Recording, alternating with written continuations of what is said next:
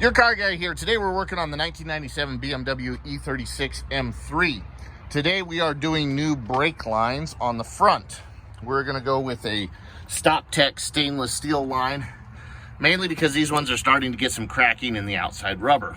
So in order to do this, the first thing we're going to do is take off this fitting right here. This is an 11 millimeter, and this will be held with a 17 millimeter wrench. You want to use an 11 millimeter line wrench. And when I say a line wrench on the top of that fitting, that's what it looks like. Instead of being open there, it fits around, so it will grab on more than just two sides of that. Then I'll use a 17 millimeter to hold this so that it doesn't turn while I'm breaking it loose with the 11 millimeter.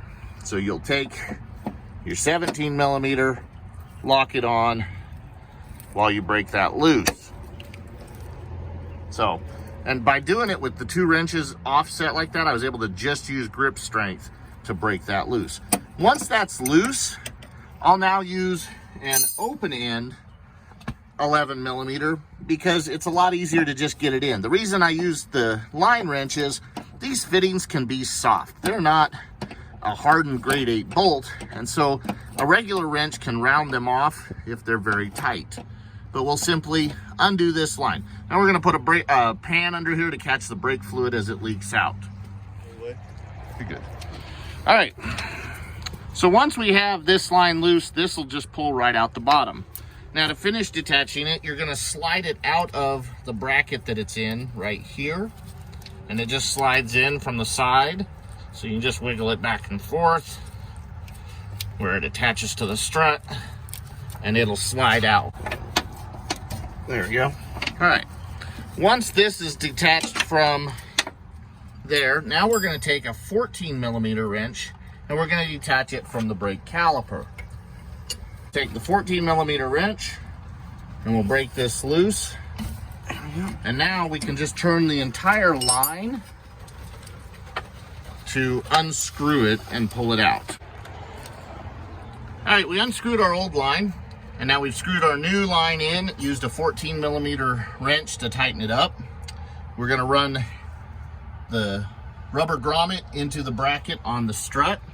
Now we're gonna go up through our main line, but first we've gotta put this washer over the top of the new stainless brake line. Then we'll thread it up from underneath into the existing hard line, and we will thread them together. Note that you reuse this tension bracket on top, and the washer is helping keep that line from going all the way through that bracket.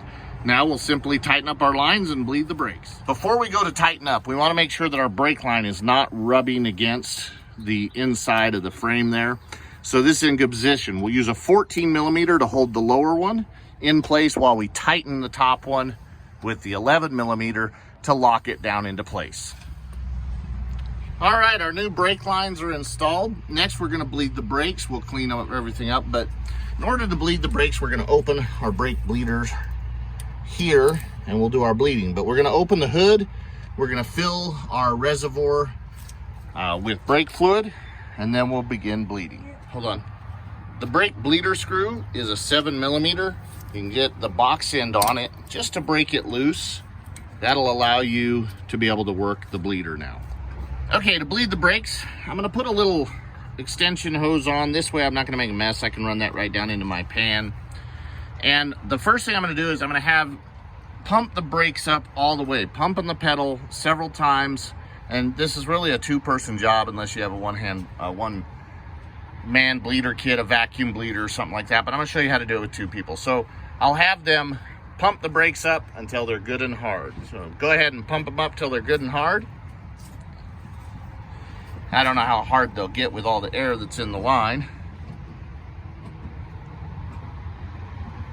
All right, now push the pedal down and hold it down. Now while they're pushing the pedal down and holding it, I will take and open my bleeder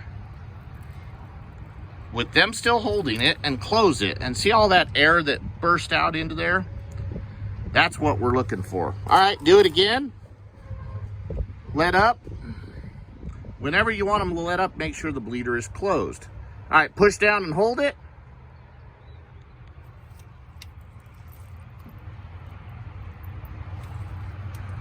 Let up. Push down and hold it.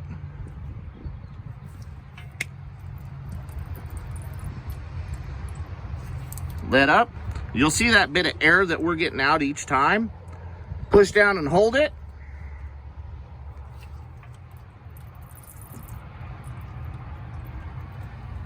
Let up.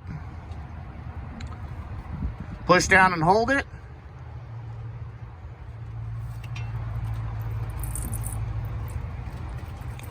Let up. Now you look at the color of that fluid in there and it's pretty ugly. It should be clear. It's a good time to exchange the fluid. Now there's another technique for bleeding that'll move more fluid faster, especially when we're gonna do an exchange. So I'm gonna open the bleeder. I'll have my assistant push it to the floor and hold it.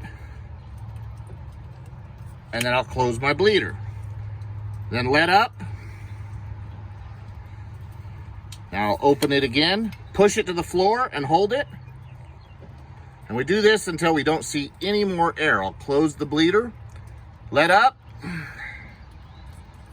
I'll open it up again, push it to the floor and hold it. And notice we're not getting any more air. That is technically bled. It's important to remember that while you're bleeding, to make sure you keep your reservoir full. So after you do a little bit of bleeding, stop and refill your reservoir. That way you'll never run out of fluid. Otherwise, you're gonna start forcing more air into the system. Now remember that you've got to bleed both sides of the brake system. Because we only have the front brakes open, we should be able to just bleed our front brakes and I have to do the rear. We are gonna do the rear brake lines at another time when they arrive. We've ordered them. But we'll have to bleed the rears there. When you're bleeding, you always start with the corner that's farthest away from the master cylinder. So in this case, master cylinder is on the driver's side in the US, driver's side being left side of the car. So I would start with the passenger rear brake, then do the driver's rear, then the passenger front, then the driver's front. In this case, I just had the front brakes open, so there shouldn't be any air in my rear circuit, and I'll bleed my passenger side first, then my driver's side. So we finished bleeding the brakes. Make sure whenever you do this, always finish by topping off your brake fluid in your reservoir. Now we'll put our wheels back on, we'll torque the lug nuts, and we're done. So that's it. It actually took as long to jack the car up, put it on jack stands, and get the wheels off as it did to actually change the brake lines. And then bleeding the brakes took another 10 minutes. So really, the actual work involved, you should be able to do this whole job in 30 to 40 minutes for the front brake lines. And now we've got these nice stainless steel braided Stop Tech brake lines. And it's important to remember when I'm buying stainless braided lines, that make sure that they are DOT approved. That means that they are legal for use on the road. A non-DOT approved line technically isn't legal and may not be up to the same manufacturing quality. So it was really important for me when I bought these lines that they are a DOT approved part. I bought these Stop Tech lines on Amazon. They, I think, were around $50 to $80 for the front, $50 to $80 for the rear set. So really not that expensive. Should give you a firmer pedal feel. Every time I've ever put stainless braided lines on, I've had a firmer pedal and better brake feel. This is your car guy. Please like and share the videos and subscribe to the channel.